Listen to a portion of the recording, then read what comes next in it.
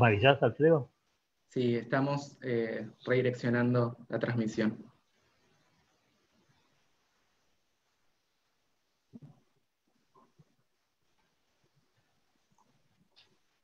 Bueno, estamos transmitiendo en vivo. Le damos la bienvenida a todos los que nos están acompañando en esta webinar. Una vez más, gracias a UMSA por el espacio. Hoy le cedo la palabra al licenciado Miguel Sorbuelo, director y docente universitario de la carrera de la licenciatura en Servicio Social de UMSA. Buenas tardes a todos. Hola, bueno, buenas tardes. Bienvenidos, digamos, a este encuentro.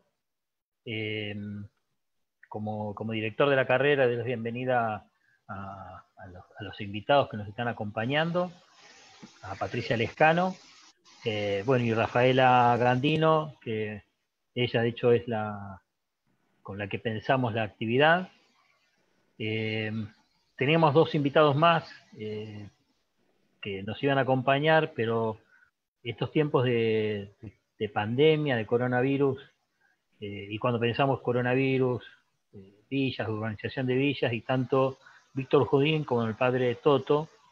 El padre Toto vive en la Villa 21, Víctor Judín trabaja en el IBC, en el Instituto de la Vivienda de la Ciudad, y trabaja justamente, él es el subsecretario de Hábitat de la ciudad, y trabaja en las villas de la ciudad. El lunes pasado a él le dio positivo el hisopado que se hizo del COVID-19, con lo cual estuvo internado hasta anoche. Hoy recién le dieron, sigue haciendo el reposo en su domicilio, por suerte, digamos, está mejor, pero no está muy bien.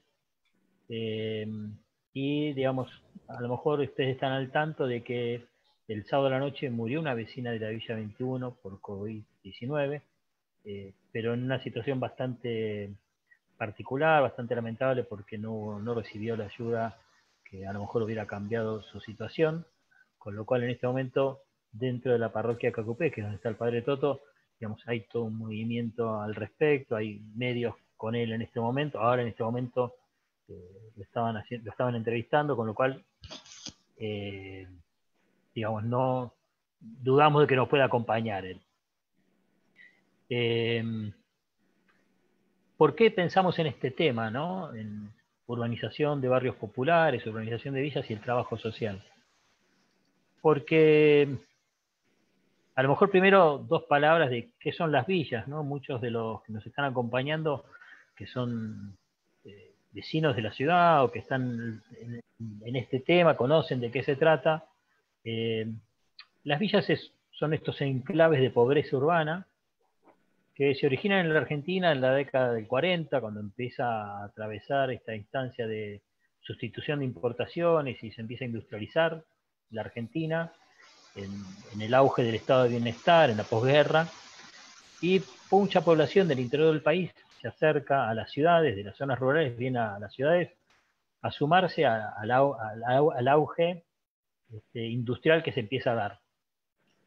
Pero en ese momento, al igual que en la migración que tuvimos a principios del siglo pasado, que venían de Europa los migrantes, muchos de nuestros abuelos, transitoriamente iban a estar los europeos principalmente que vinieron en aquella época, transitoriamente iban a estar en los conventillos y de ahí, por una posibilidad de ascenso social, iban a ser propietarios de viviendas que venían construyendo, como la mayoría de las historias de nuestra, y de aquellos que en la década del 40, 50, 60 venían del interior del país a las ciudades, transitoriamente iban a estar en las villas. Y de hecho recordábamos con Rafaela hace un rato sobre dos enclaves que son los núcleos habitacionales transitorios, uno en la Villa Zabaleta, el otro en Ciudad Oculta, que son del año 69, de la época del gobierno de Onganía, que se pensaron transitoriamente. La transitoriedad de ambos espacios dura hasta el día de hoy, prácticamente.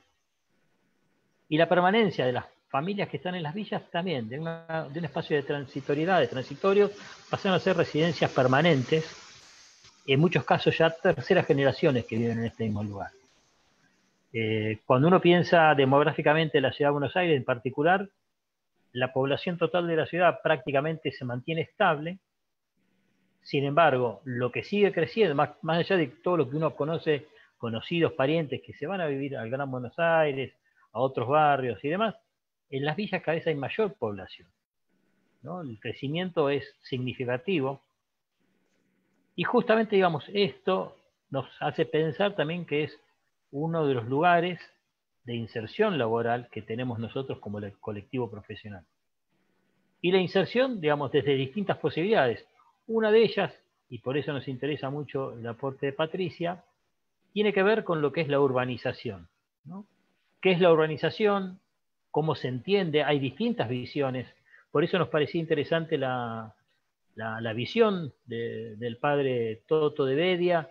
En el año 2007, el equipo de la Pastoral Villera de la Ciudad de Buenos Aires hace un documento donde se plantea ya en ese momento la necesidad, o sea, estaba toda la discusión de urbanizar las villas, y en realidad en el documento de la pastoral se plantean otros paradigmas distintos a lo que venía impulsándose en ese momento, ¿no? Y era más, y apuntaba más a lo que era la inclusión, ¿no? De respetar la cultura, digamos, que las calles se vinculen, las calles de la villa con las calles externas, que haya una vinculación, ¿no? Pero manteniendo el respeto por unos y por otros. Desde ya, digamos, el tema de la mejora del hábitat, cuando pensamos en las condiciones de habitabilidad, digamos, obviamente es una asignatura pendiente de hace décadas. El crecimiento exponencial de la población de las villas, digamos, no se corresponde con la infraestructura, con el apoyo de infraestructura, con el acceso a determinados servicios que tienen los pobladores. Con lo cual, digamos, es una responsabilidad del Estado garantizar esos derechos, y es un métier que a nosotros como colectivo profesional nos compete. Y particularmente, digo, hago esta referencia personal, porque tanto Rafaela como yo, digamos, trabajamos muchos años en Villa y conocemos el tema, por eso también nos pareció interesante poder compartir esta otra beta de lo que es la intervención profesional en estos espacios, ¿no? Así que, y lo último, ¿no? Esta actividad la pensamos inicialmente como la actividad de la cátedra que está a cargo de Rafaela, que es la de formulación de proyectos sociales, una materia del último año de la carrera, pero nos pareció que realmente era como muy interesante el tema y de hecho lo vemos por la cantidad de gente que está participando en este momento de esta charla, con lo cual estamos pensando que, digamos, nos parece muy interesante que, digamos, podamos seguir desarrollando otras actividades vinculadas con nuestra carrera, ¿no? Que tenga que ver con nuestra intervención profesional, con las problemáticas que abordamos, con lo cual, si bien tenemos unas cuantas ideas nosotros, quienes quieran acercarnos propuestas a través del chat, digamos, las vamos a ir teniendo en cuenta y vamos a ir viendo la posibilidad de viabilizar algunas. Y esto, digamos, bueno, está empezando, ¿no? Recién. Así que bueno, yo les agradezco mucho. Ahora quisiera que compartamos la experiencia de Patricia Lescano. Ella es licenciada en Economía, tiene un magíster en Economía Urbana, con una orientación en lo que es políticas públicas y desarrollo local. Es una investigadora del Centro de Hábitat Inclusivo, de la Facultad de Arquitectura y Urbanismo, ¿no? De la UBA. Y ella, digamos, es responsable de mucho a lo que hace a la formulación de proyectos para la urbanización de estos barrios. Entonces, nos parece que su mirada y su expertise técnica en lo urbanístico nos va a dar un buen contexto de dónde, hacia dónde vamos, ¿no? Así que bueno, Patricia, muchas gracias por compartir con nosotros este encuentro y bueno, te escuchamos. Bueno, muchas gracias, Miguel. Buenas tardes a todos. Un poco pensando en esta charla y enlazando con lo que hablaba Miguel hace un ratito, de cómo se fue pensando, cómo va cambiando la visión de los procesos de urbanización. la urbanización en los barrios populares o las villas, y esto después voy a hacer una aclaración cuando hable un poco de RENAVAP, pero desde el punto de vista de cómo se pensaba la urbanización antes del 2007, como hablaba Miguel, se pensaba desde el punto de vista donde la unidad a mejorar era el hogar, ¿no? Esto es, la urbanización iba hacia lo físico. Tenía tres categorías como importantes. Una, la regularización dominial, que era la legalización de la tenencia de la tierra para los pobladores de estos barrios populares, hoy denominados barrios populares. La provisión de infraestructura básica, como nexos de infraestructura, agua, cloaca, gas, electricidad, las conexiones intra, todo lo que tenía que ver con el alumbrado, la pavimentación.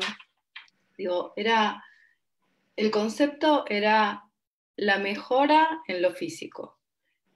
Hoy, como hablaba Miguel, la concepción de la urbanización va cambiando. Hoy se habla por eso de integración sociourbana. Y a partir del relevamiento que se hizo en el 2016 en barrios populares, aparecieron cosas para mí bastante interesantes.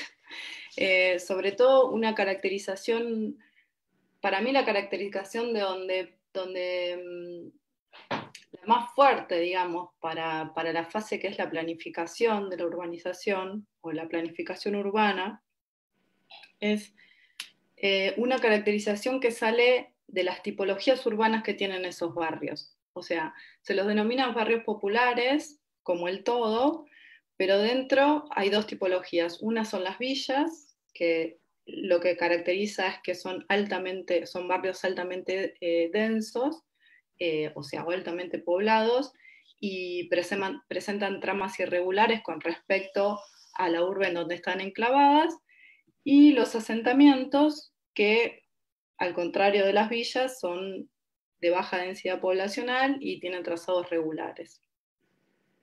Para mí, lo que por lo menos a mí como urbanista me sorprendió de esto es que uno tiene la visión de que todas las villas o que todos los barrios populares son villas, ¿no? Y la verdad que en todo el país, que se relevaron unos 4.400 barrios, el 16% solo representa villas, que obviamente que está en los grandes aglomerados urbanos.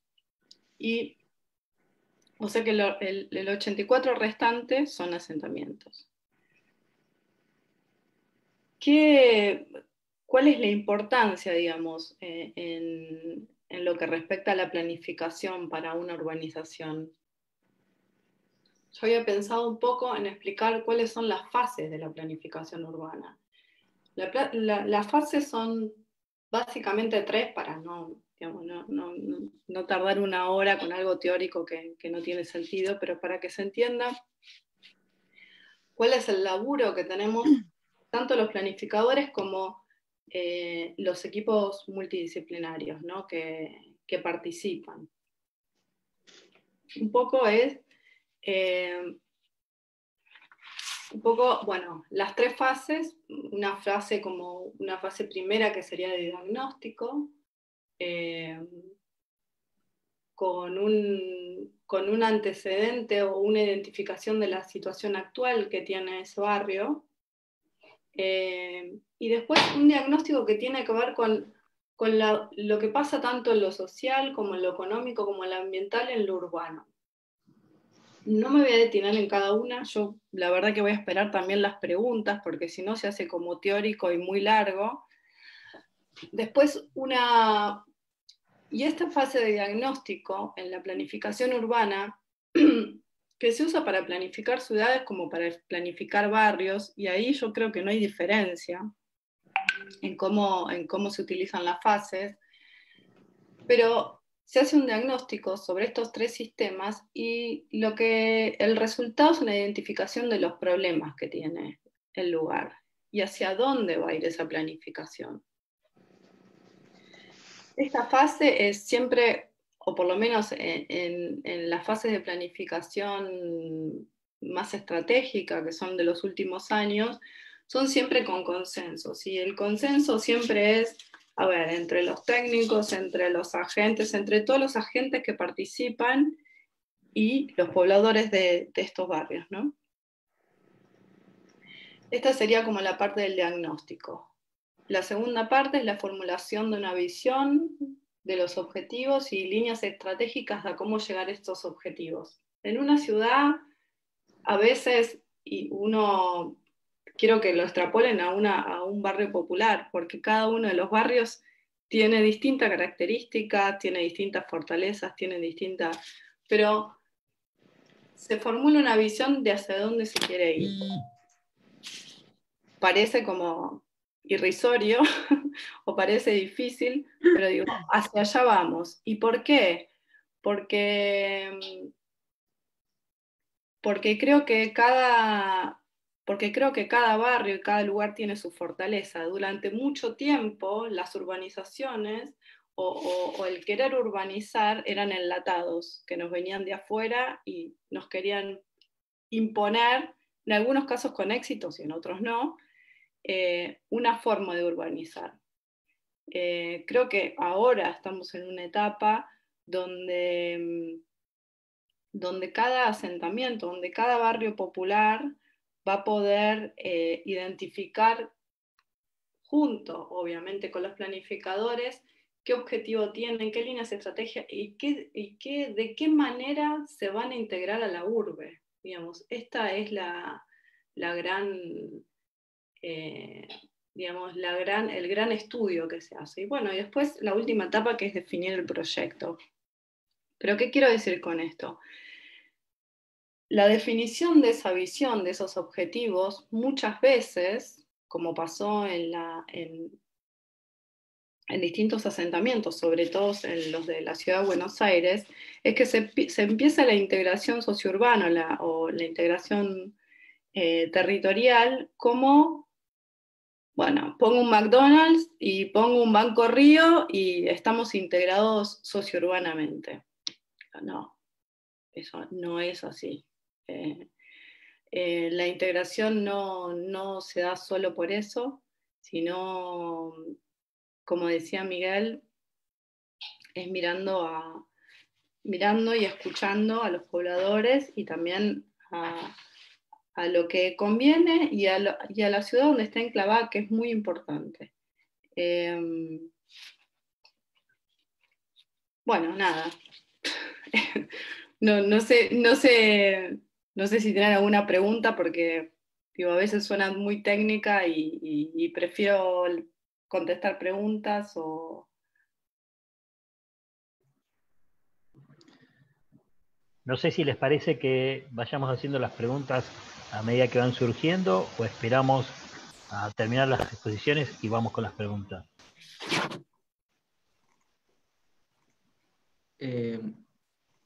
Acá en Facebook, Ana Carolina pregunta, ¿cuál es el presupuesto que le destina la ciudad a la urbanización de los barrios de emergencia?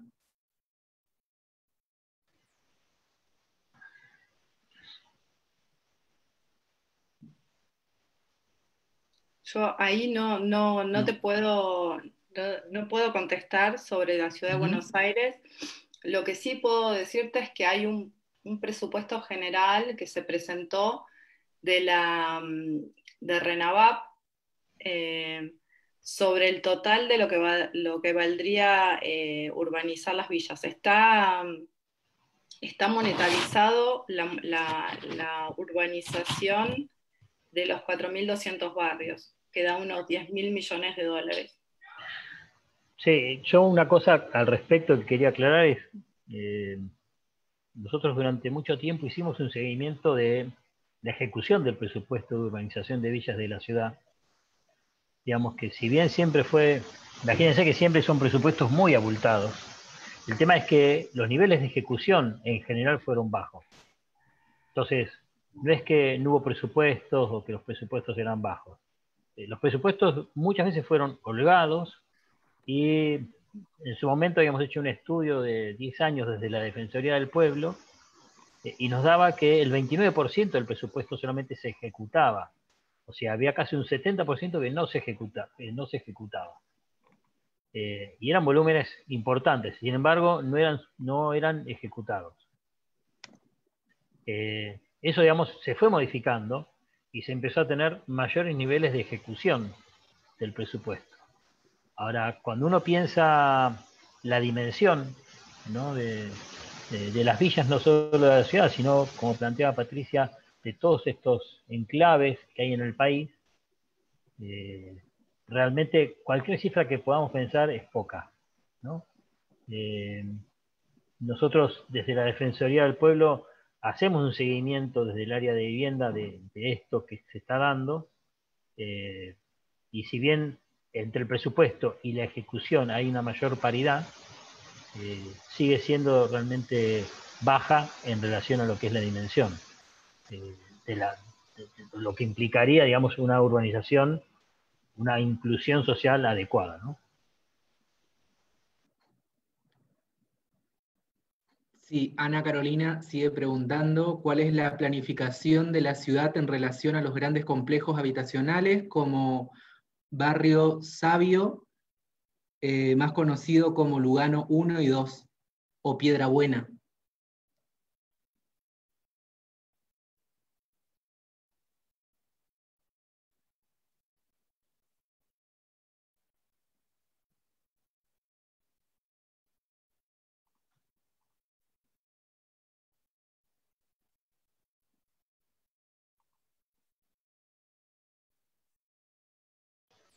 En general, en lo que hace a los núcleos habitacionales, como son estos barrios, lo que se hace desde el gobierno es, o la responsabilidad que tiene el gobierno es la de la manutención, ¿no?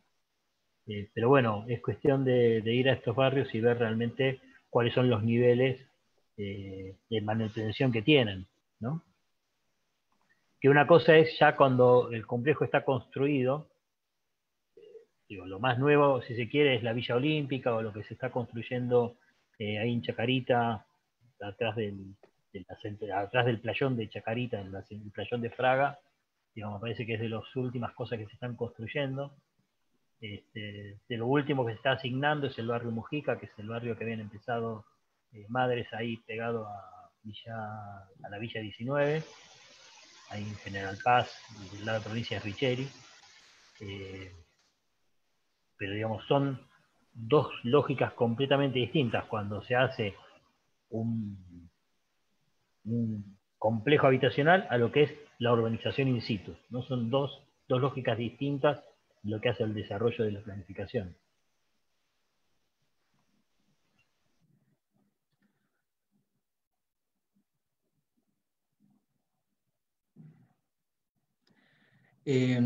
Patricio Asensio pregunta qué opina de la experiencia de Medellín en algunos barrios marginales.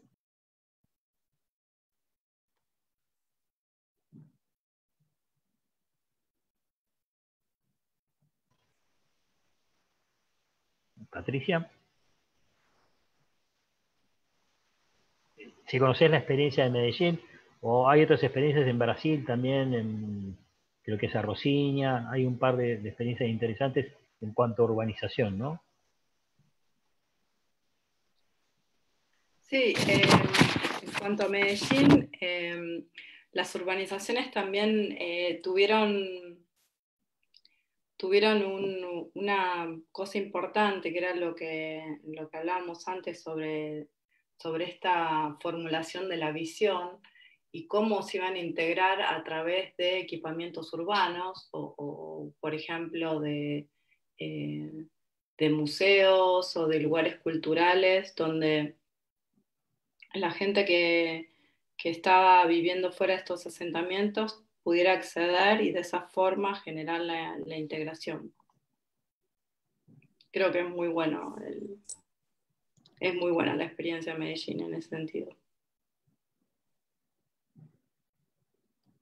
Pilar Rodríguez Aguilar pregunta, en la situación de integración, ¿se tienen en cuenta las necesidades reales y las necesidades sentidas por los pobladores?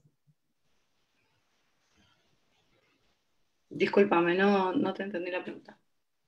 ¿Me lo podrías repetir? Sí, sí. En la situación de integración, ¿se tienen en cuenta las necesidades reales y las necesidades sentidas por los pobladores?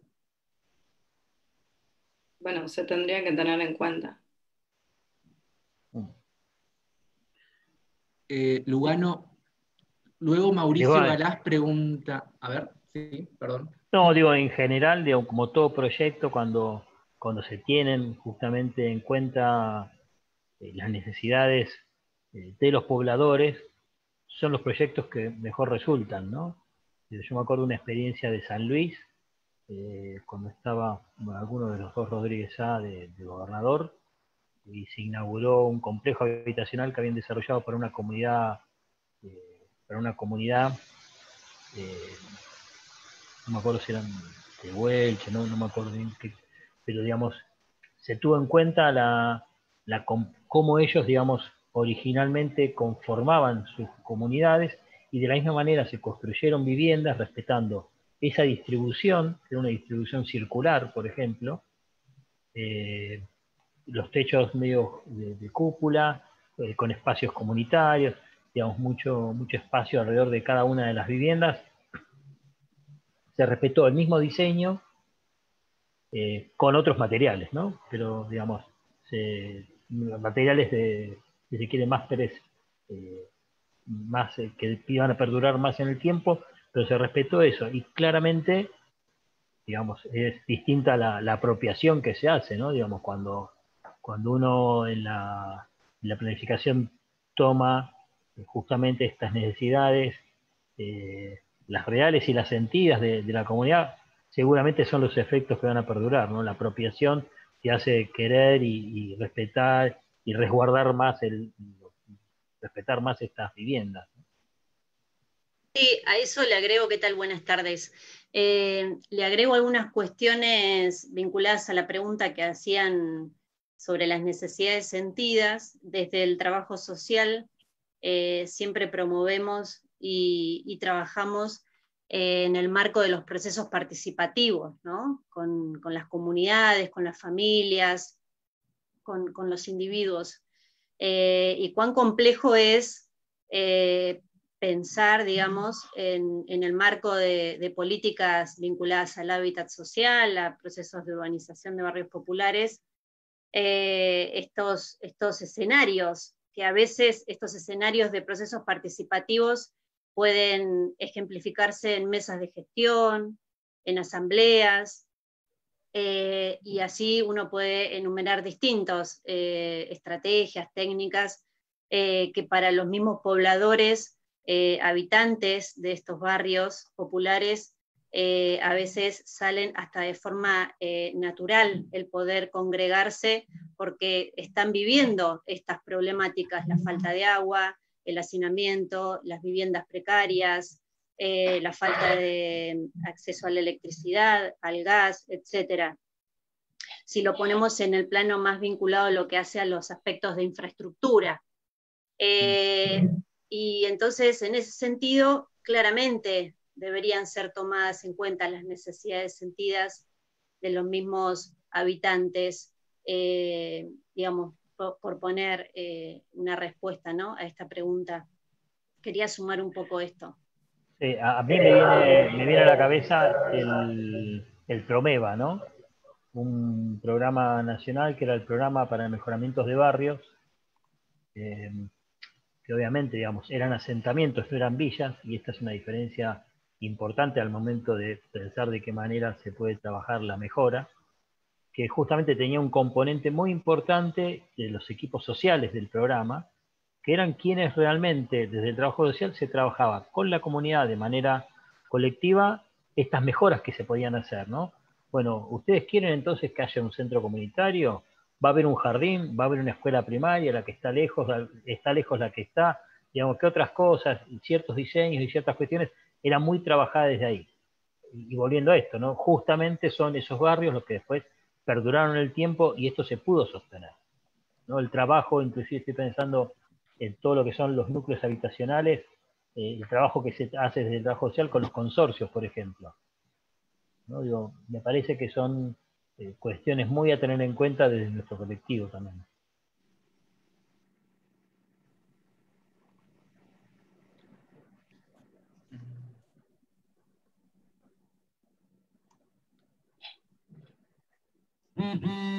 Agos Valentini pregunta, ¿la urbanización entonces tendría que ser específica para cada barrio? ¿No se podría hacer una planificación única para tener en cuenta cada particularidad del barrio? Yo creo que las planificaciones son únicas, de verdad. Digo, puede haber un plan integral de urbanización y con algunos lineamientos generales, pero la verdad que las urbanizaciones son específicas. Digo, uno no puede planificar para una villa o por un asentamiento en el AMBA que en Palpalá, Jujuy. Digo, las necesidades, las vivencias, la cultura, todo es diferente, digamos. En una será importante la parte socioproductiva y en otra será importante cómo llegar o la integración que tenga el barrio a través de la movilidad para poder llegar a un hospital o poder llegar a la municipalidad o a un colegio. Digo, por eso realmente es una a una. Sí, nosotros del trabajo social pensamos mucho en la particularidad, ¿no? Las intervenciones personalizadas, particularizadas, y justamente si pensamos en una intervención de estas características en la urbanización, tiene que ser así también, ¿no? Son muy diferentes de un barrio al otro, ¿no? Cómo cambia, inclusive a veces dentro de un mismo barrio, una misma villa, hay tantas diferencias de un sector al otro que hace justamente que se piense de distinta manera, ¿no? La respuesta.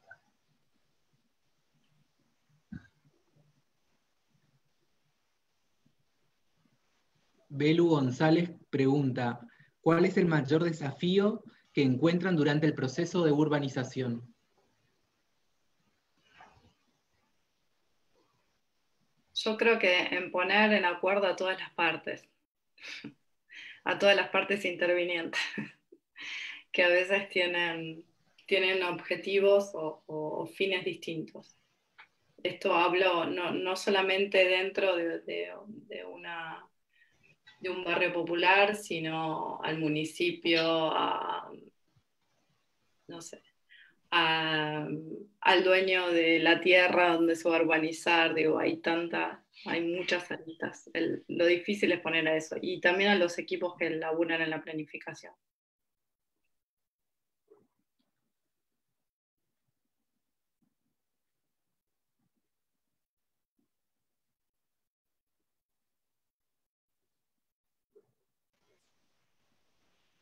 No sé, si les parece, Rafa, a lo mejor podríamos continuar con el orden que teníamos pensado y vamos dejando un último momento para preguntas, que hay muchas preguntas y comentarios, me parece que podemos retomar.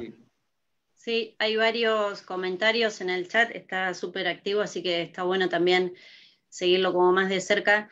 Desde la cátedra donde estamos participando en este año de modo virtual, pensando cuestiones que hacen a la formulación de los proyectos sociales, a esta etapa preliminar de pensar un diseño de proyectos. Este año estuvimos con los estudiantes y las estudiantes pensando algunos ámbitos de impacto donde los proyectos sociales pensados desde el trabajo social tengan su injerencia, y los chicos están elaborando estos diseños de proyectos en base a alguna organización de la sociedad civil y en base a algún territorio puntual, siempre trabajado en modalidad virtual, ¿no? Entonces, algunos grupos tomaron este tema de la urbanización de los barrios populares como uno de los ejes, y esto fue también una de las aristas pensando con Miguel para poder darle un poco de forma a esta charla que estamos pensando también. Y en ese sentido, con los chicos, cuando estamos en el aula, reflexionamos también sobre esta importancia que tiene la planificación, como decía también Patricia, en tanto y en cuanto poder pensar estos procesos de urbanización de los barrios populares, y cuál sería el aporte que haría el trabajo social como disciplina en este sentido, y puntualmente desde la formulación de los proyectos sociales. Pensando en esto y dándole un poco de continuidad a lo que traía Patricia, en esta importancia de la importancia de trabajar junto con otras disciplinas, ¿no? O sea, Patricia viene del lado de la economía, el pensar procesos de urbanización es pensar procesos interdisciplinarios, ¿no? Tenemos la parte del componente de la arquitectura, el tema de las obras de infraestructura, el componente de lo que es el tema de lo social, la cuestión de la ingeniería, ¿sí? Es decir, nosotros desde el aula, desde la cátedra, pensamos esto de poder pensar la planificación de manera interdisciplinaria en el marco de lo que es pensar estrategias de urbanización de los barrios populares. Y también pensándolo como en dos ejes, ¿no? Por un lado, pensar proyectos que puedan abordar, dar respuestas a problemáticas vinculadas más al aspecto productivo, ¿no? De integración socioproductiva, y pensar proyectos vinculados más a la integración comunitaria, ¿sí? Entonces, dejo como estas inquietudes para los que nos están escuchando. Digo, si quieren como temas, empezar a presentar preguntas o ideas, ¿no? Que les queden resonando, como también ejes para poder pensarlo. Digamos, nosotros lo pensamos desde el abordaje desde el trabajo social en estas dos cuestiones. Por ponerles ejemplos, pensando proyectos de integración productiva, socioproductiva, todo lo que tiene que ver con la autoconstrucción de las propias viviendas, por ponerles un ejemplo y para debatirlo, ¿no? Así que, nada, como en ese sentido, como ver qué piensan, qué les resuena de esto.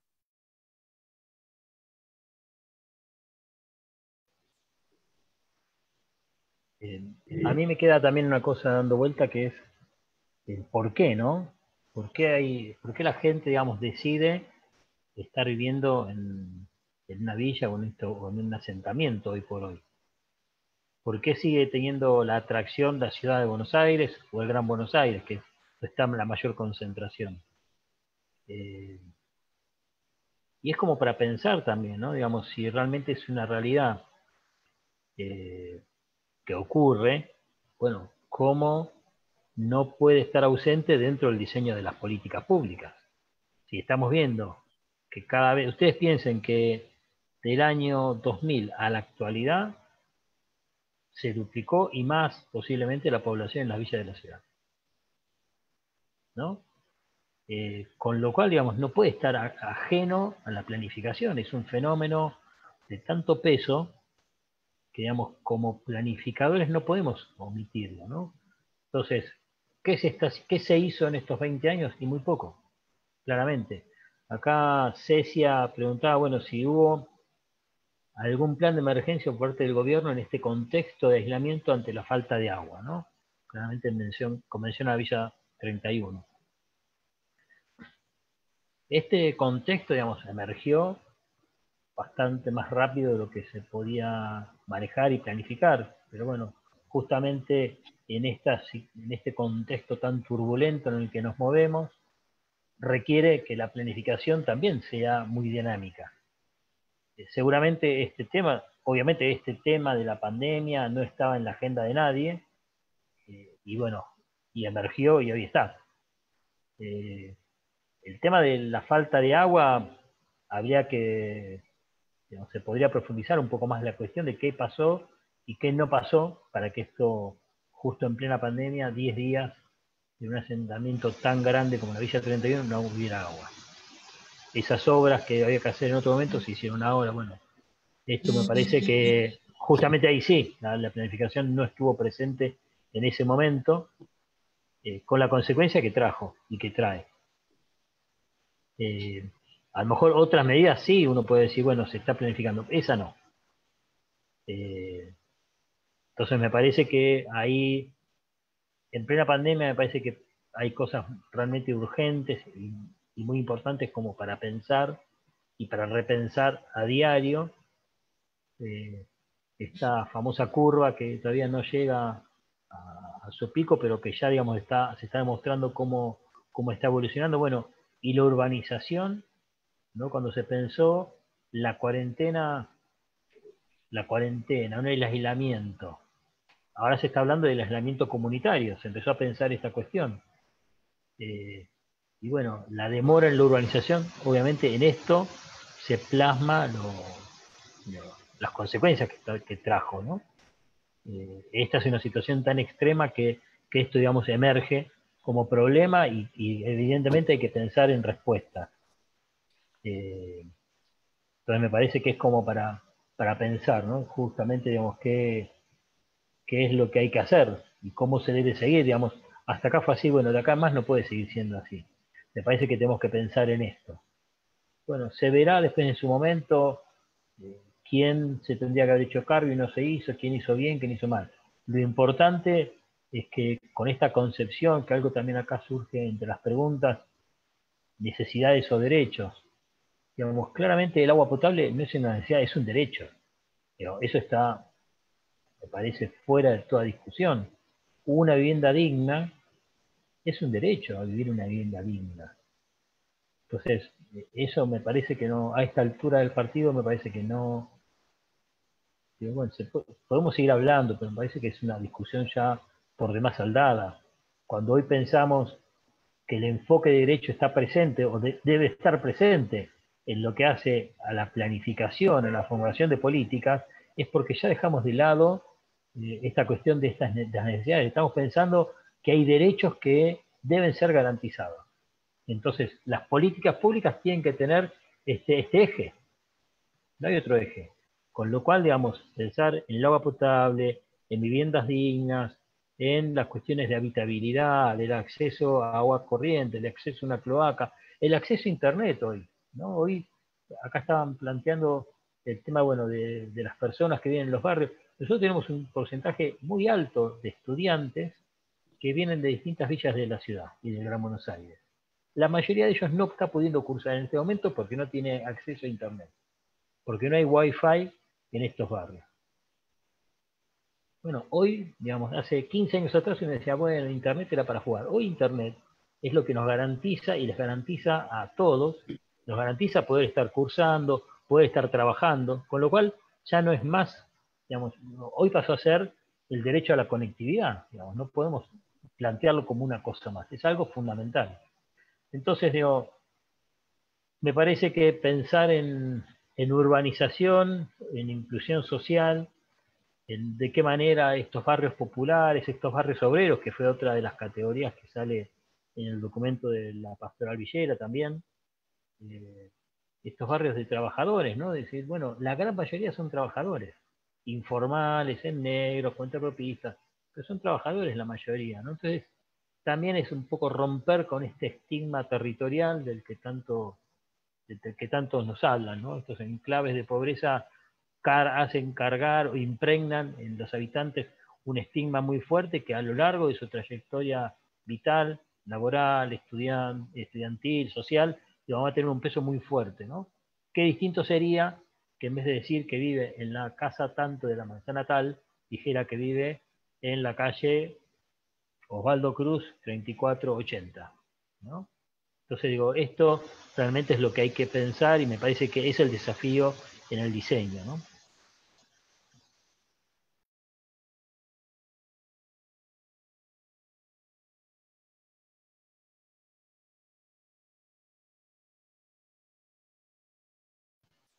Bueno, el chat está como muy activo, me parece.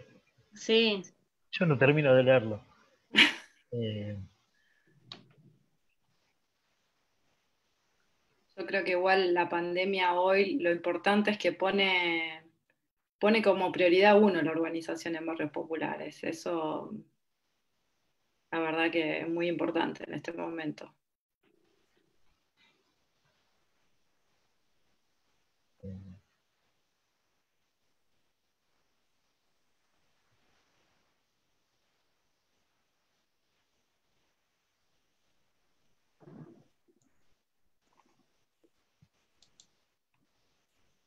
No sé si podemos recuperar algunos comentarios o preguntas,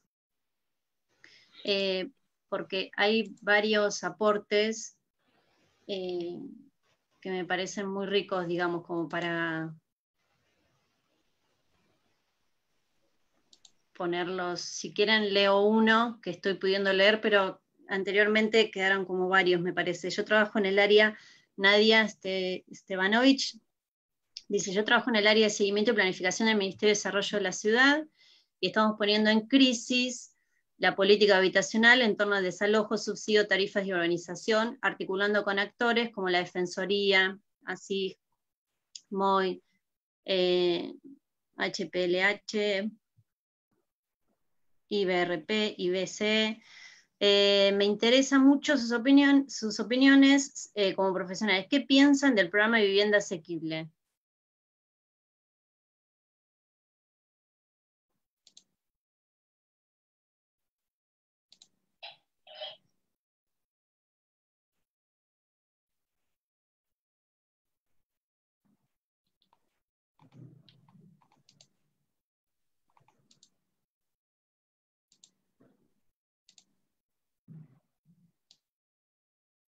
Yo particularmente ese programa no lo conozco. Tal vez, bueno, Nadia nos podría comentar de qué se trata. Es desde el gobierno de la ciudad. De hecho, yo en el área que estoy en la Defensoría del Pueblo trabajo todo lo otro que ella mencionó, ¿no? El tema de desalojos, del programa 690, paradores, digamos. Lo demás sí, este programa puntualmente no lo conozco.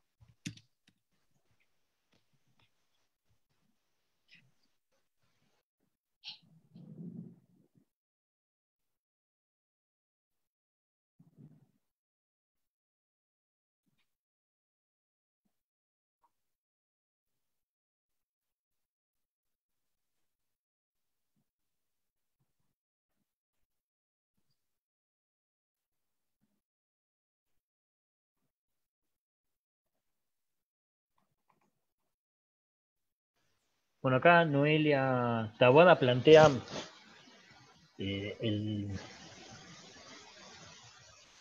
cómo incluir la perspectiva de género en la planificación en estos procesos de urbanización. No sé, Patricia, me imagino que ustedes lo están considerando, y sería interesante justamente cuando uno piensa cuando pensamos en lo que es la desigualdad, la matriz de la desigualdad, cómo incide toda la cuestión de género, ¿no?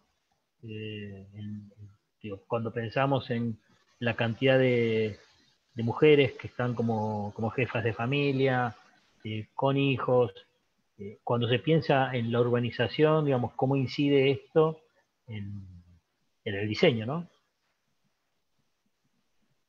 Sí, hoy se está pensando en general, no solamente en la urbanización de villas, se está pensando en la inclusión de toda la cuestión de género y de cuidado. Son los dos temas que están incluidos en la planificación.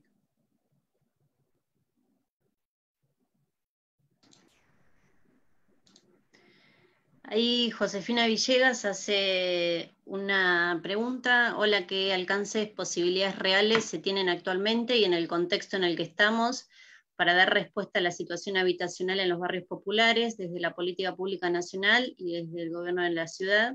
¿Y qué tipo de financiamiento sería necesario para implementar una política sustentable? Por ahí, Pato, ¿vos tenés algo más de esto? Hoy, Barrios Populares, que está en el nuevo Ministerio de Desarrollo Territorial y Hábitat, está pensando en la urbanización. Tiene para este año unos 100 proyectos en 100 barrios en distintas partes del país, y el financiamiento es netamente del Tesoro. Una parte muy chica de Banco Mundial, pero la mayoría del Tesoro.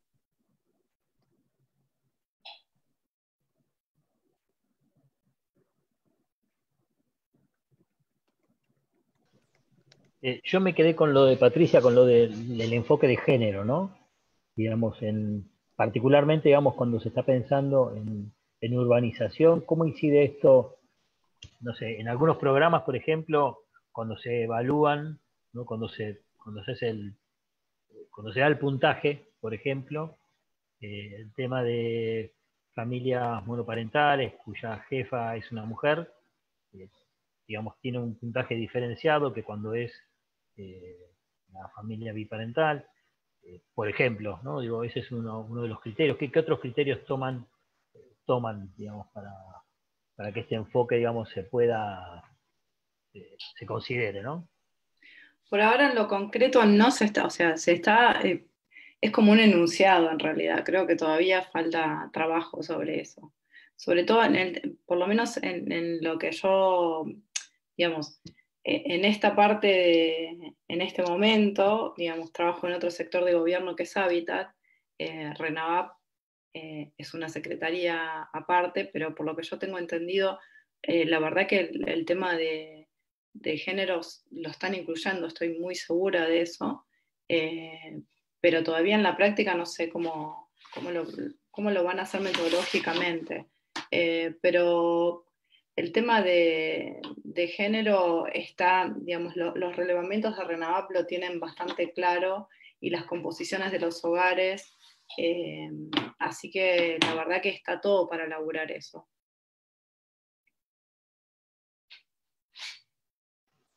Si pensamos, digamos, la situación actual del país, ¿no? De la cantidad el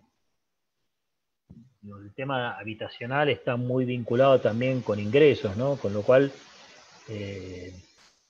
digo, pongo la palabra ingresos para plantear cómo caracterizamos el término de pobreza, ¿no? Digo, los pobres en la Argentina son aquellos que sus ingresos son menores de la familia actualmente, que es alrededor de 40.000 pesos mensuales, que es la línea de pobreza.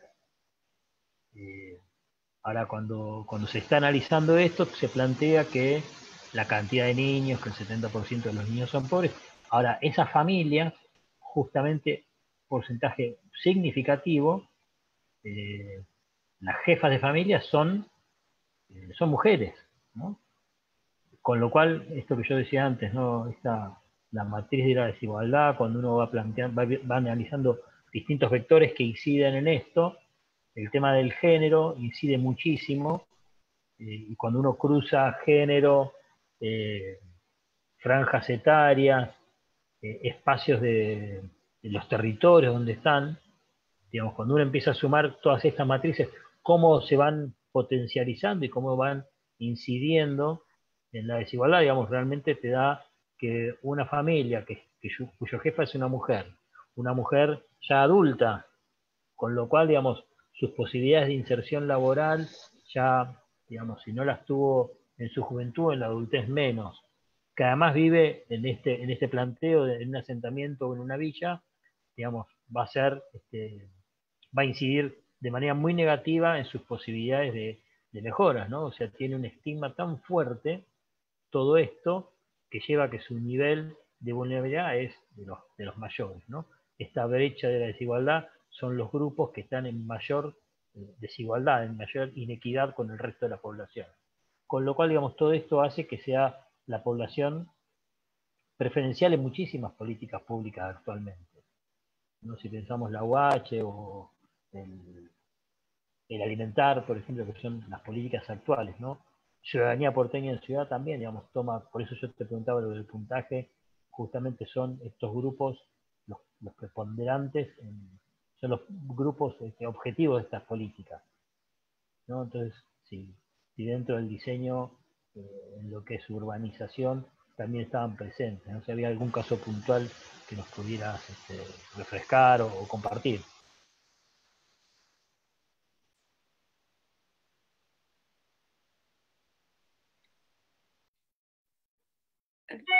A ver, Promeva sé que tiene sistema de puntaje, pero puntualmente RENAVAP no sé cómo está pensando en la urbanización.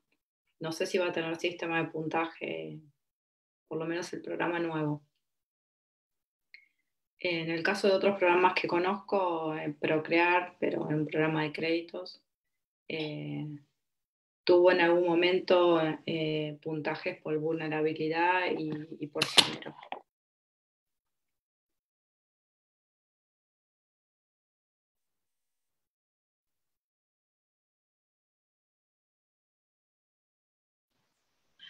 Bien.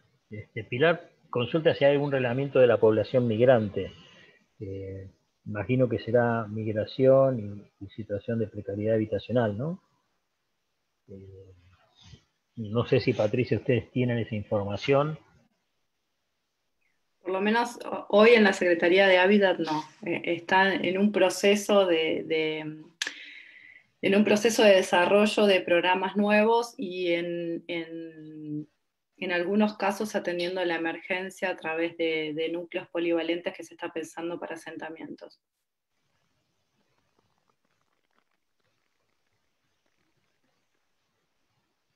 Yo estoy tratando de ver preguntas que son muchas y se van sucediendo.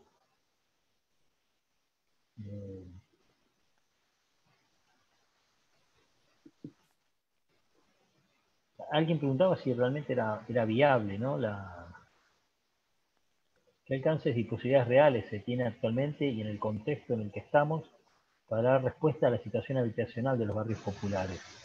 Desde la política pública nacional y del gobierno de la ciudad, ¿qué tipo de financiamiento sería necesario para implementar una política sustentable?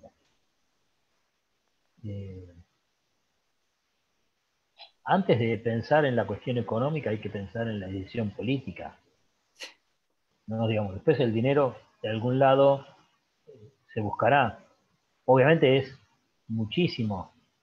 Pero piensen ustedes la cantidad de unidades habitacionales. Antes por ahí Mauricio Galás planteaba, bueno, no es lo mismo las posibilidades que hay de mejorar unos u otros lugares. De hecho, si ustedes piensan en la densidad poblacional que tienen las villas de la ciudad, hoy por hoy es inviable pensar de una relocalización in situ, o sea, que en el mismo barrio se puedan relocalizar a las familias que viven ahí. Es imposible. Digo, es tanta la densidad que no se puede pensar en unidades habitacionales convencionales, que hay una tabla, ¿no? Tantos metros cuadrados por familia, la unidad mínima, no me acuerdo en cuántos metros cuadrados es. Si uno hace esa cuenta, con la cantidad de población que hay en todos estos barrios, ahí no entran. No hay forma, salvo de volver a pensar en edificios de 20 pisos, que tampoco es la idea, ¿no? Si uno piensa en las modalidades actuales de urbanización, que son por lo general núcleos más bajos, por así evitar el tema de los ascensores, que tiene otro costo, otro mantenimiento, el tema de los espacios verdes también, digamos, no todos encimados, digamos, con esa lógica, la superficie actual, donde están asentados los barrios actuales, no es inviable. Con lo cual, primero hay que tomar una decisión de decir, bueno, ¿se urbaniza o no se urbaniza? Con el crecimiento demográfico que tienen los barrios, más la cantidad de gente que constantemente sigue viniendo a habitarlos, digamos, es algo que cuanto más tiempo se tarda en pensar la urbanización, menos viable es que ésta se pueda desarrollar. Justamente hace pocos días se estaba haciendo la relocalización de las familias que estaban en el camino de Sirga de la Villa 21. El proyecto ese tiene más de 20 años, ¿no? El crecimiento poblacional que tuvo esa franja del barrio en estos años es exponencial. Con lo cual, cuando se pensó originalmente, era una cantidad de personas, y hoy es, no sé si era 4 o 5 veces la población que estaba estimada. Obviamente, en 20 años, los chicos crecen, las familias crecen, digamos, y además, inclusive, la ocupación del suelo es cada vez más densa. No sé si tuvieron posibilidad yo tengo unas fotos que son aéreas de la Villa 21 y es realmente llamativo cómo se fue cada vez poblando más, ¿no? Hoy prácticamente no hay espacios liberados, no hay espacios libres. Cuando en una época había desde canchas de fútbol, muchas, hasta había un basural dentro de la villa, digo, todo eso está poblado, está habitado, con lo cual, digamos, la densidad poblacional es muy alta como para pensar. Ahora, si hay una decisión política, se puede hacer. Esa es la cuestión. ¿No? Digo, y hay muchas experiencias que se hicieron, digamos, las favelas no están menos pobladas que las villas de la ciudad, sin embargo, hay favelas que se pudieron urbanizar, sí. ¿No? Cuando alguien preguntó sobre Medellín, bueno, las villas de Medellín, digamos, eran muy pobladas y sin embargo se urbanizaron. Entonces, digamos, cuando uno piensa en las políticas públicas, lo que prima fuertemente es la decisión política. El tema económico se ve, se pide tanto financiamiento para otras cosas, se podría pedir financiamiento internacional también para esto. Así que bueno, pasa por ahí, me parece también. Hay un aporte de una persona que dice, ¿qué importancia le asignan a la posibilidad de regularizar o titularizar el dominio de los inmuebles en las villas? Esto me parece que, Pato, estuvimos ahí viendo algunas cuestiones, el dominio de las tierras y... Sí, bueno, ahí en cuanto al registro de RENAVAP, se había relevado que más o menos el 60% pertenecía a privados, los asentamientos estaban asentados en terrenos privados. Y acá es el tema de la titularidad de la tierra en Argentina siempre es complicado. Digo, adentro de un asentamiento, afuera de un asentamiento, los terrenos fiscales serían el otro 35% o el otro 40%.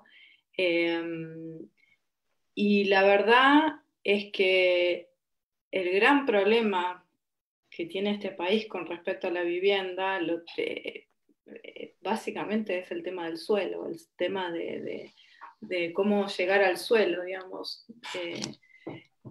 Ahí la titularidad, a ver, en la anterior gestión nosotros laburamos con Rafaela, la Secretaría de Integración Suburbana, entonces ahí se vio el tema de financiamiento y se vio el tema de regularización dominial. Y hoy se hablaba mucho sobre si la regularización tenía que terminar con un título de propiedad o no, ¿no? Y esto tenía que ver más que nada, ¿por qué? Porque el título de propiedad puede terminar también en manos de privados, ¿no? Que es lo que se piensa de las villas en la ciudad de Buenos Aires. O sea, ¿para qué se urbanizan? Se urbanizan para vendérselo a privados, y por otro lado, culturalmente, a nadie quiere que urbanicen y tener una casa en un terreno que no es de él. Entonces, ahí empiezan como a haber unas discusiones sobre qué conviene, y por lo menos en esta etapa se está hablando de seguridad en la tenencia, por decirlo así, como una cosa intermedia entre tener el título de propiedad y la no regularización, ¿no? Eso es lo que se está pensando, más que nada en la seguridad de la tenencia, más que en el título de propiedad. A veces con el fin de proteger, ¿no? Yo siempre digo que si a mí Carrefour me da $1 millón por venderle mi casa, yo se la vendo, si lo necesito.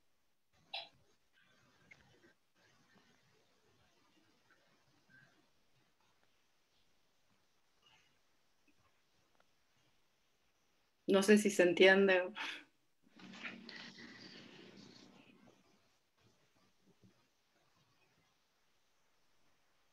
¿En qué medida protegemos, digamos, dándole a alguien el título de propiedad o no? ¿O qué otras medidas tomar en el proceso? La regularización, la seguridad en la tenencia a veces significa que darle seguridad a la familia de que ese lote no es nada más que de él, pero de esa familia, pero tardar unos años en que se pueda vender o algo, poner alguna cláusula, que se hace en muchas partes del mundo. Por otro lado, hacen un aporte diciendo que es importante durante el proceso de urbanización no dejar de lado esas necesidades. Entendemos que viene un poco recuperando el tema de las necesidades que hablábamos hoy más temprano, y mantener una continua evaluación, ya que cuando se lleva a cabo puede ser que se pierda de vista la necesidad sentida de cada vecino. Eso reflexionaban un poco en relación a lo que hablábamos hoy más temprano, y después hablan. Cecia, buenas tardes. Quería preguntar si se realizó algún plan de emergencia por parte del gobierno en este contexto de aislamiento ante la falta de agua.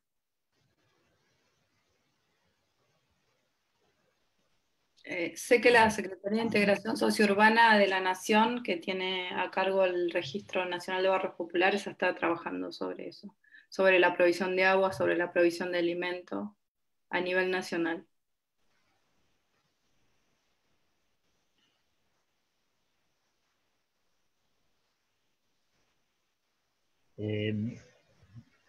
Sí, acá hay alguien comenta que, bueno, si digamos, dada la magnitud de la situación, ¿no? 900.000 familias viven en asentamientos informales en la Argentina, que éramos 70 participando del webmail, más 30 y pico que estamos por el Zoom, digamos, están los dos canales abiertos. Me parece que si lo pensamos desde dónde se está desarrollando la actividad, entendemos nosotros que generó interés, al menos, digamos, pensándolo desde acá. Yo no sé si, digamos, claramente es una problemática que, independientemente de cuánto estamos participando, digamos, lo interesante es ver, digamos, cuántos realmente están interviniendo en esto. Hay muchísimos actores que están interviniendo en urbanización, gubernamentales y no gubernamentales, y dentro de los gubernamentales una amplia gama, ¿no? Desde actores que están facilitando o propiciando la urbanización, espacios académicos también que están haciendo estudios y análisis que son insumos que después se vuelcan en estos hechos más concretos, si se quiere, pero, digamos, sí, es una problemática. Evidentemente lo que planteábamos antes, hay que ver la decisión política que existe o no en que esto se solucione, ¿no? Y acá, digamos, es un tema para poder discutir bastante, ¿no? Me parece.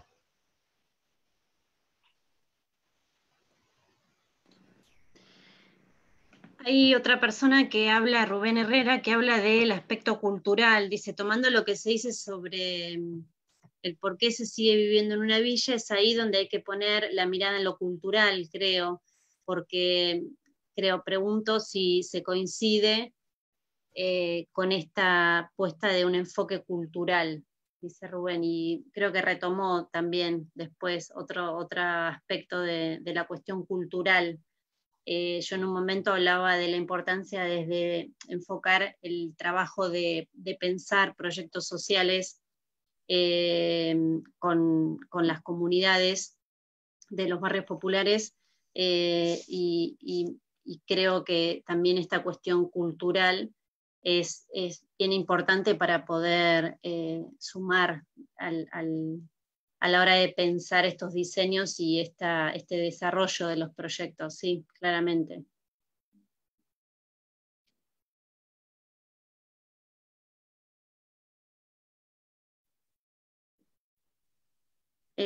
Mauricio habla de que hay que proteger de alguna forma, cuando hablabas, Pato, de la posibilidad de regularizar la tenencia de las tierras, dice, hay que proteger de alguna forma. Yo trabajo en justicia, dice Mauricio, y en el área de mediación hay muchos conflictos entre vecinos por no tener alguna forma de sentido de propiedad.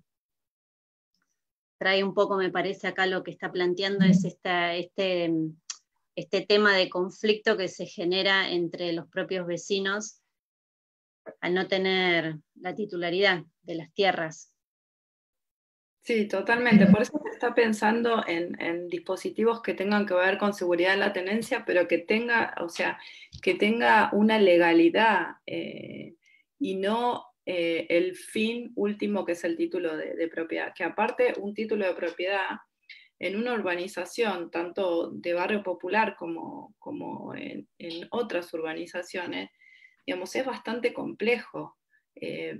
Hay que pensar que los barrios populares se asientan en macizos que pueden tener distintos dueños, que pueden, digo, todo ese macizo después hay que ver de quién es el titular de esa tierra, que puede ser uno o varios, y después se lleva un proyecto, digamos, a catastro, el proyecto lo tiene que aprobar catastro y después se individualiza cada lote. Digo, esos procesos duran años, duran entre 5 a 10 años.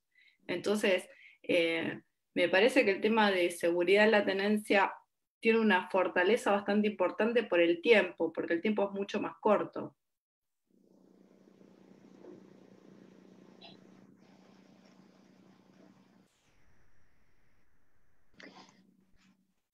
Bien, y después, por otro lado, Francisco Ouret dice cómo pensar en estos tiempos de pandemia, digamos, el proceso de urbanización, cómo creemos que podría darse, que podría pensarse.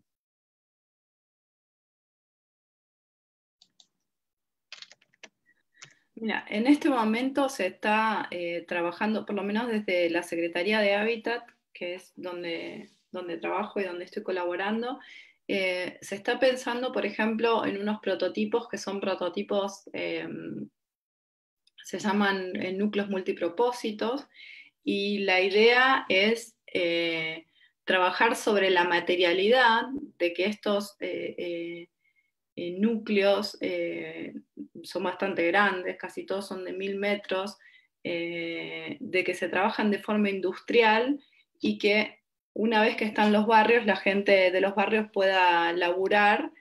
Entonces se está pensando como distintas alternativas, trabajando la materialidad o los mejoramientos, no la urbanización tan grande en este momento, sino cosas más chicas. ¿Para qué? Para generar laburo por un lado y para poder intervenir y mejorar la infraestructura que existe y que se necesita en este momento.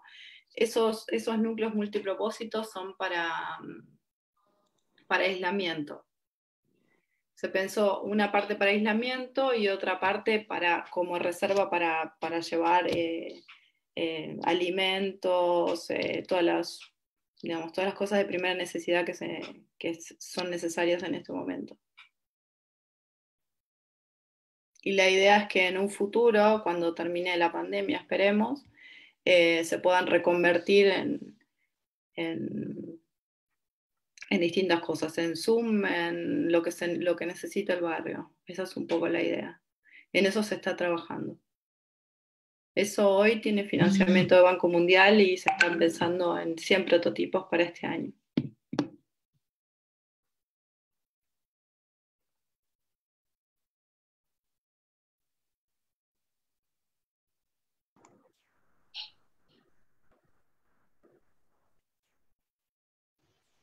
Bueno, los invitamos a los que están acompañándonos, si quieren hacer alguna otra pregunta, los estamos leyendo.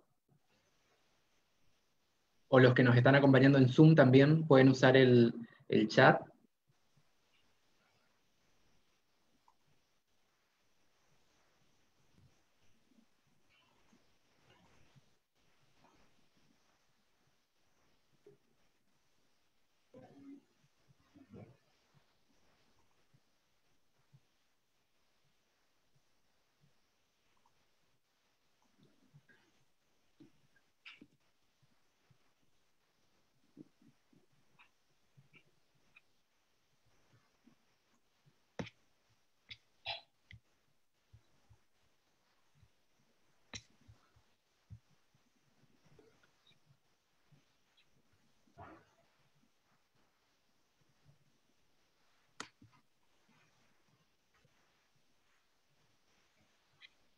Bueno, si no...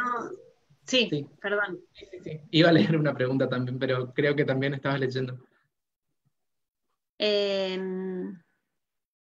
¿Algún proyecto de hábitat se transmitió al gobierno desde cuándo? Dice María. No entiendo la pregunta. ¿El proyecto de hábitat se transmitió al gobierno desde cuándo? La última, creo que hace una semana, cuando Alberto presentó el Construya, estas líneas de emergencia, como se llaman adentro del ministerio, están dentro de las líneas de Argentina Construye.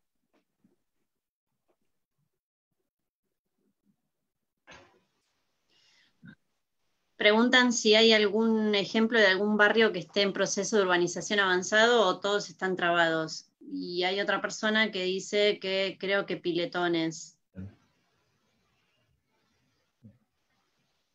¿Vos, Pato, estás al tanto de...? Sí, el de la Villa 31 también, digamos, si uno ve el desarrollo urbanístico, digamos, se está desarrollando, no sé, hoy con la pandemia que está ocurriendo, ¿no? En la Villa 21, en la parte que era tierra amarilla, de ese sector también, digamos, se terminaron unos núcleos que es justamente donde se relocalizó la gente del Camino de Sirga, pero digamos, no, obviamente, digo, en una cantidad limitada de familias. Es más, nuestros estudiantes, y creo que algunos de los que están acá presentes, el año pasado participó en el relevamiento que hacía la Fundación Temas, ¿no? En cuanto, lo estaban haciendo con vos, Rafa, eso. Sí. Que hicieron relevamiento de familias que estaban en el Camino de Sirga, pero digamos era algo pequeño, si se quiere, no era para organizar un barrio completo, ¿no? Eh, sí, me parece que hay muchos que quedaron a medio camino. Si uno va a la 1114 sobre la Perito Moreno, se ven, digamos, los núcleos habitacionales 10 metros adentro del barrio y todavía sigue habiendo una hilera de viviendas que no fueron mejoradas. El barrio Rivadavia 1, Rivadavia 2, que están dentro del barrio también, sin embargo no se termina de urbanizar, ¿no? Y ese es el tema, cuanto más se extienden los periodos de trabajo, de transformación, digo, se limita cada vez más porque por el propio desarrollo, el propio crecimiento demográfico que tiene el barrio, más la gente que sigue viniendo. Entonces, digamos, cuando se hacen los censos para pensar en mejorar las condiciones de habitabilidad, digamos, si se demora mucho tiempo, digamos, ocurre esto, no siempre se queda desfasado, ¿no? Yo creo que con las preguntas más o menos estamos, ¿no? Sí. Sí. Yo, digamos, en primer lugar quiero agradecerles a todas y a todos los que participaron de esta actividad, muy especialmente a Patricia, Rafaela, que es la que trajo la propuesta desde su cátedra. Nos parece que este es un tema que da para mucho más, pero no nos da mucho más el tiempo tampoco, ¿no? Entonces me parece que pensando en este ciclo que queremos desarrollar de encuentros, el tema, podría ser un tema a profundizar y de hecho tiene tantas aristas, ¿no? Digo, podríamos pensar, de hecho, esto que surgió, ¿no? Si es una necesidad o un derecho en sí, digo, me parece que es algo interesante para que podamos debatir, pensar en la particularidad de las intervenciones. Eh, Creo que es un concepto que desarrolló mucho la profesora Casaniga. Yo creo que, al menos yo creo que es un concepto que ella trabajó mucho, ¿no? En cuanto a intervención desde el trabajo social, desde la particularidad, que podemos aplicarlo a todos los niveles en los que intervenimos y es lo que corresponde. Y digo, y muchas otras posibilidades que surgen de lo que estuvimos hablando hoy, de lo que fuimos tomando nota, amén de todas las cosas que están dando vuelta y de las propuestas que queremos ir recibiendo de ustedes, que nos interesa mucho que podamos seguir sumando, ¿no? En estos tiempos que no nos permite, digamos, la presencialidad, sí tenemos este canal, que es un canal, creo, nuevo para muchos, pero que podemos aprovechar y está, ¿no? Está disponible.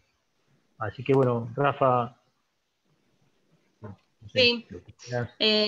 Yo agradecer también a cada uno de los que estamos presentes en este encuentro, en esta charla. para nosotros, desde los que estamos siendo parte hoy desde la cátedra, cada uno de los chicos y de las chicas que están cursando la materia, desde el primer día fue una cuestión, bueno, para todos y todas, ¿no?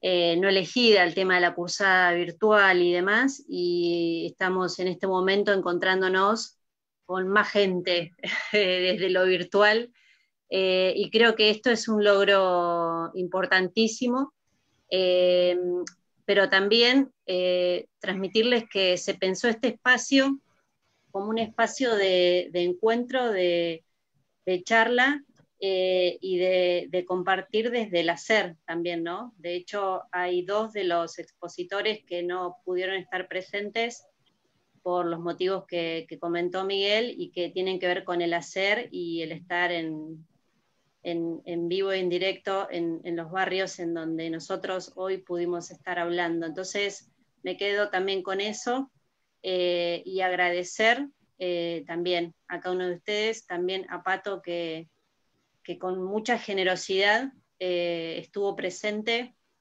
y dándonos un poco de su saber, y con toda la participación que hubo. La verdad me sorprendió gratamente las preguntas, los comentarios, los temas de debate, la sensibilidad que esto también genera, y que estoy segura de que cada uno de nosotros está conmovido y también comprometido con este tema, y los invitamos a seguir participando. Gracias. Muchas gracias. Muchas gracias por la invitación. Bueno, hasta la próxima entonces.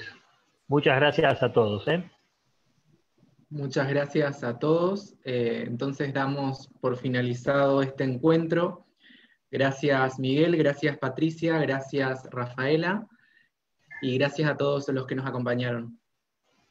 Luego estará disponible el video en Facebook y también en YouTube. Saludos.